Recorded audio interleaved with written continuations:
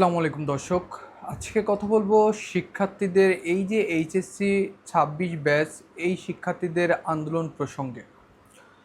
এই শিক্ষার্থীরা বেশ কিছুদিন যাবৎ তারা দাবি করছিলেন এই যে খারাপ আবহাওয়া বা বৈরী আবহাওয়ার মধ্যে তাদের পরীক্ষা স্থগিত করে নতুন রিশিডিউল করার জন্য।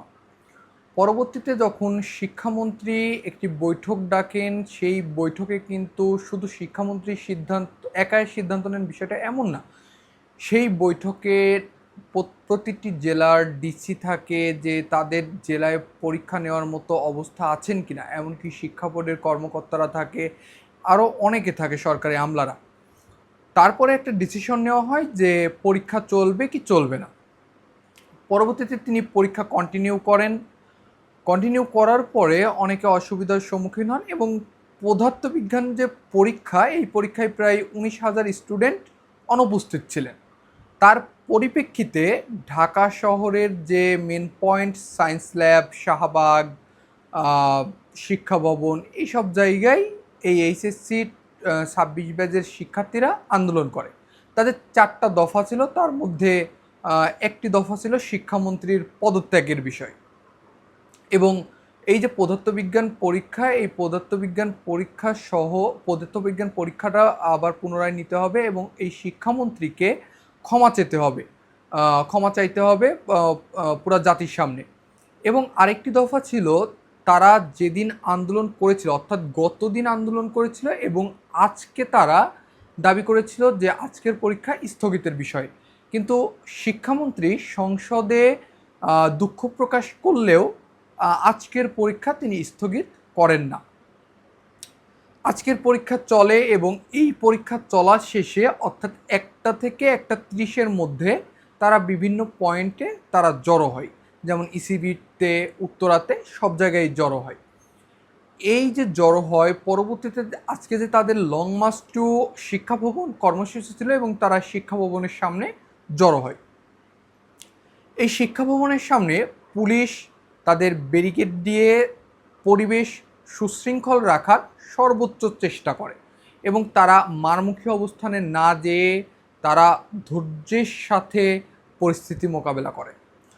গতকাল এই শিক্ষার্থীরা সায়েন্স ল্যাব, শাহবাগ এবং অন্যান্য জায়গা থেকে তারা সংসদ ভবনের অভিমুখে রওনা দেয় মন্ত্রী প্রতিমন্ত্রীদের সাথে কথা বলার জন্য।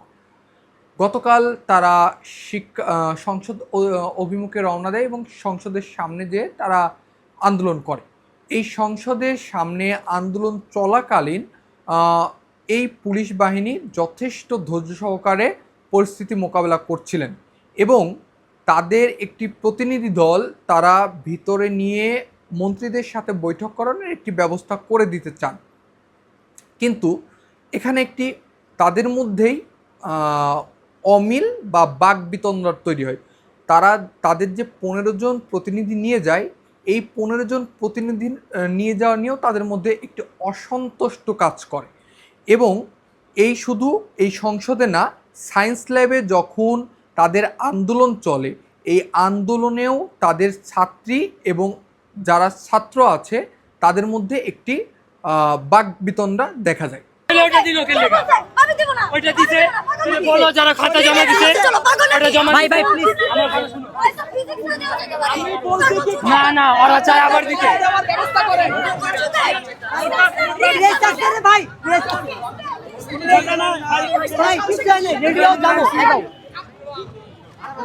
কেন দেখা যায়?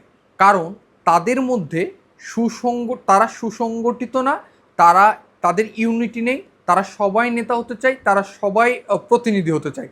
তাদের যে একটি লিডারশিপ মেনে তারা যে একটি আন্দোলন করছে, সেটা যৌক্তিক বা অযৌক্তিক যেটাই হোক, কিন্তু তাদের যে সেই লিডারশিপ মেনে তারা আন্দোলন করবে, তারা সেই লিডারশিপ মেনে আন্দোলন করে না, তাদের সবাই লিডার। এবং গতদিন এই সায়েন্স ল্যাবেই তাদের কাছে যখন ভক্স পপ বা বাইটের জন্য যাওয়া হয় যে আপনারা আসলে কি দাবি নিয়ে রাস্তায় নেমেছেন বা আপনাদের দাবি কি বা আপনারা আসলে কি চান এই শিক্ষামন্ত্রীর থেকে, তারা বলে আমরা মিডিয়াতে কথা বলতে চাই না, আমরা মিডিয়ার কাভারেজ চাই না, এরকম তারা বিভিন্নভাবে মিডিয়াকে উপেক্ষা করে। এই যে আপনাদের যে দাবি, এই দাবিগুলো মূলত 4টি কি? জানি না। আপু আপনাদের এই চারটা দাবি কি? ভাইয়া আমাদের দাবিগুলো আমাদের লিখিত হয়ে গেছে, আমরা এটা সরাসরি প্রশাসনের কাছে দিব। আমরা আপনাদেরকে কোনো দাবি ইতিমধ্যে বলতে চাচ্ছি না। আপনারা যদি আমাদেরকে নাই বলেন তাহলে মিডিয়ার মাধ্যমে আমরা কিভাবে প্রকাশ করব? না না, আমরা আমাদের জায়গা জানানো। আচ্ছা ঠিক আছে, আমরা আপনাদেরকে জানাতে চাচ্ছি না। প্রেসের সামনে এখন আচ্ছা এই এবং পরবর্তীতে যখন হচ্ছে তারা সংসদের সামনে যায় এবং এই যে প্রতিনিধি দল নিয়ে তাদের মধ্যে যে একটি বাকবিতণ্ডা তৈরি হয়, এই প্রতিনিধি দল নিয়ে যখন বাকবিতণ্ডা তৈরি হয় এক পর্যায়ে তারা উত্তেজিত হয়ে পড়ে এবং এই পুলিশের সাথে একটি ধস্তাধস্তির অবস্থা তৈরি হয়। পুলিশ যখন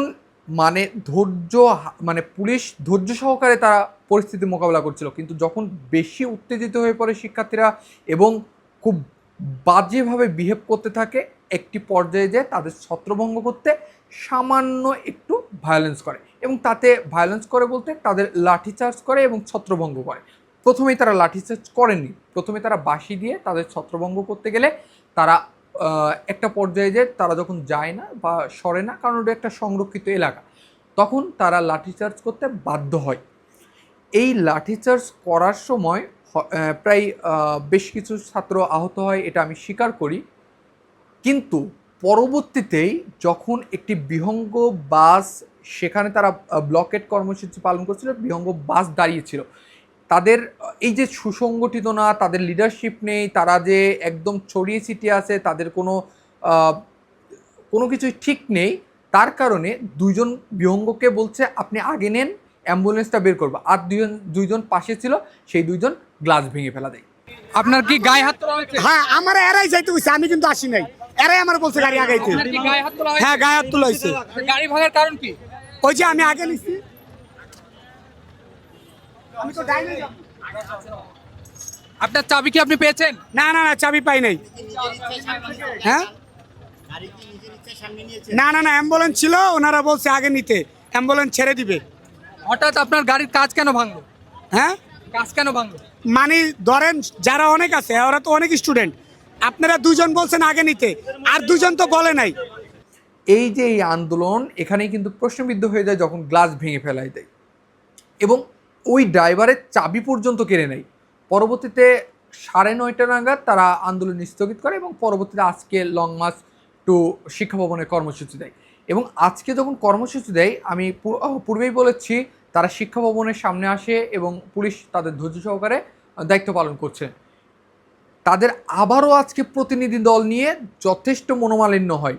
তারা যখন 6 থেকে 7 জন প্রতিনিধি দল দেয়, গতকাল যে 10-12 জন গিয়েছিলেন তাদের মধ্যে থেকে 2 জন বাদ যায় এবং এই 2 জন বাদ যাওয়া নিয়েই তাদের মধ্যে কোনো একটা মনোমালিন্য হয়। সেই সময় ইস্টার্ন নিউজের সাংবাদিক নাজমুল ভাই সেখানে প্রবেশ করতে যাওয়ার সময় যখন প্রবেশ করতে যায়, তখন এই যে প্রবেশ করতে যাওয়ার সময় এই শিক্ষার্থীদের সাথে একটি ধস্তাধস্তি বা সংঘর্ষে জড়িয়ে পড়ে।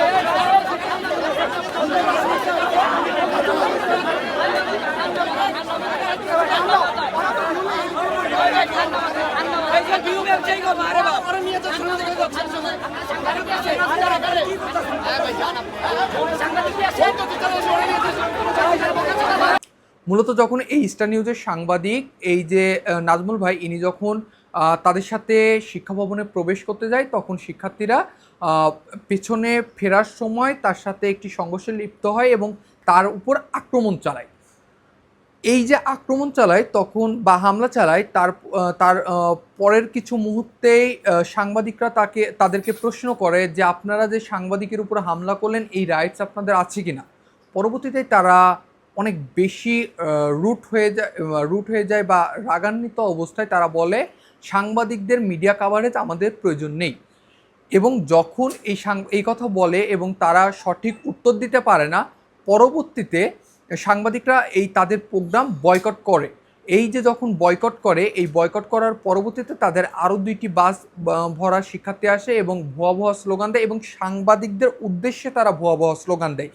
সাংবাদিকদের উদ্দেশ্যে যখন ভুয়া ভুয়া স্লোগান দেয়, পরবর্তীতেই সাংবাদিকরা তাদের তো কার্যক্রম বয়কট করেই এবং তারা কিছুক্ষণ ওখানে অবস্থান করার পরে তারা সেখান থেকে সরে যায়। আসলে সাংবাদিকরা মিডিয়া কাভারেজ দেয় বিধায় তাদের বক্তব্য, তাদের দাবি দেওয়া মিডিয়াতে আসে, কিন্তু যখনই তারা এই সাংবাদিকদের সাথে এক প্রকার দ্বন্দ্বে জড়িয়ে পড়ে, তখন সাংবাদিকরা এই মিডিয়া কাভারেজ থেকে দূরে সরে যায় এবং তারা সম্পূর্ণ এই সাংবাদিকদের বিরুদ্ধে অবস্থান করে এবং তারা সাংবাদিকদের ফুটেজ খাওয়া বা ভাইরাল হওয়ার জন্য আসছে বা ভুয়া ভুয়া স্লোগান, এরকম নানা রকম স্লোগানে তারা জড়িয়ে পড়ে। যখন সাংবাদিকরা মিডিয়া কাভারেজ দেয় না, পরবর্তীতে তারা শাহবাগ আসে এবং শাহবাগ আসার পরে এই যে এই ছাত্ররা আবার শাহবাগ ব্লকেট করে এবং এই যে জনগণ, এই যে যানবাহন সব কিছু তারা আটকে রাখে এবং একটা জনগণের খুব বাজে সিচুয়েশনে ফেলিয়ে দেয়। অনেকে আছে তারা রিকোয়েস্ট করার পরও তাদেরকে ছাড়েনি।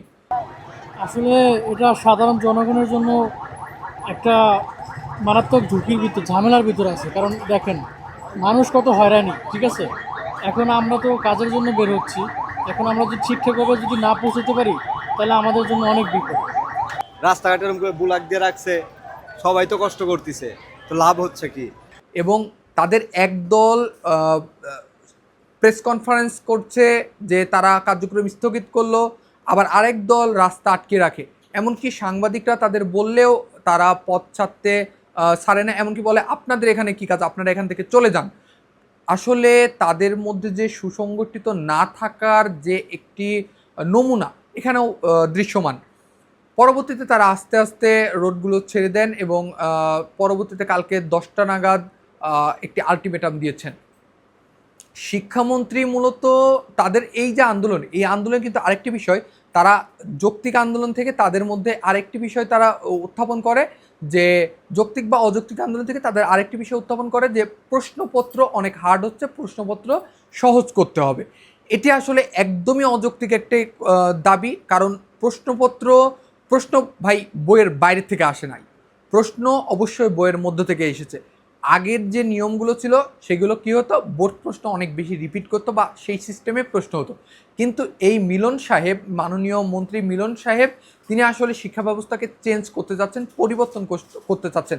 সেই আগের যে স্বৈরাচার ফ্যাসিস্ট দীপুমণি, নাহিদ ইসলাম, এদের মতো গণহারে পাশ করানো বা গণহারে শিক্ষার্থীদেরকে উচ্চতর ডিগ্রি দিয়ে বেকার সমস্যা তৈরি করা, এই বিষয় থেকেই এই মিলন সাহেব বেরিয়ে আসার একটি চিন্তা ভাবনা করছেন। হ্যাঁ, ঠিক আছে, তিনি প্রথমেই আর কি হার্ডলাইনে চলে গিয়েছেন, এটা আস্তে আস্তে তিনি করতে পারতেন।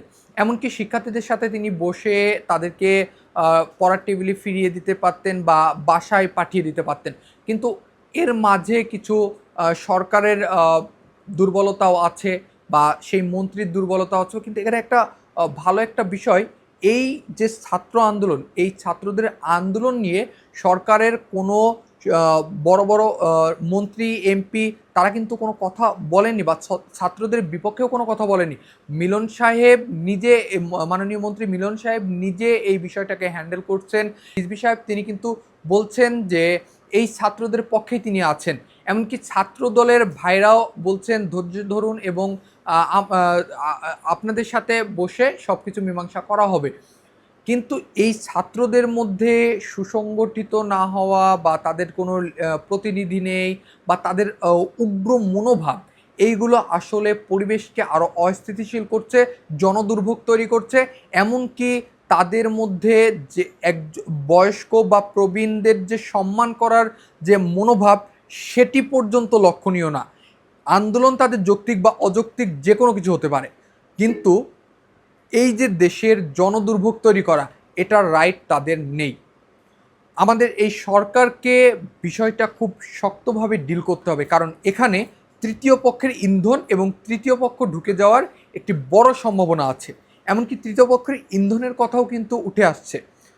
তো এই সরকারকে ছাত্রদের সাথে বসতে হবে, বসে তাদেরকে তাদের যে দাবি দেওয়া আছে সেগুলো নিয়ে কথা বলতে হবে, তাদেরকে বোঝাতে হবে, বুঝিয়ে তাদেরকে বাসায় পাঠিয়ে তাদেরকে পড়ার টেবিলে পাঠাতে হবে। এইভাবে আসলে চলতে পারে না। ধন্যবাদ। Always stand for truth and justice.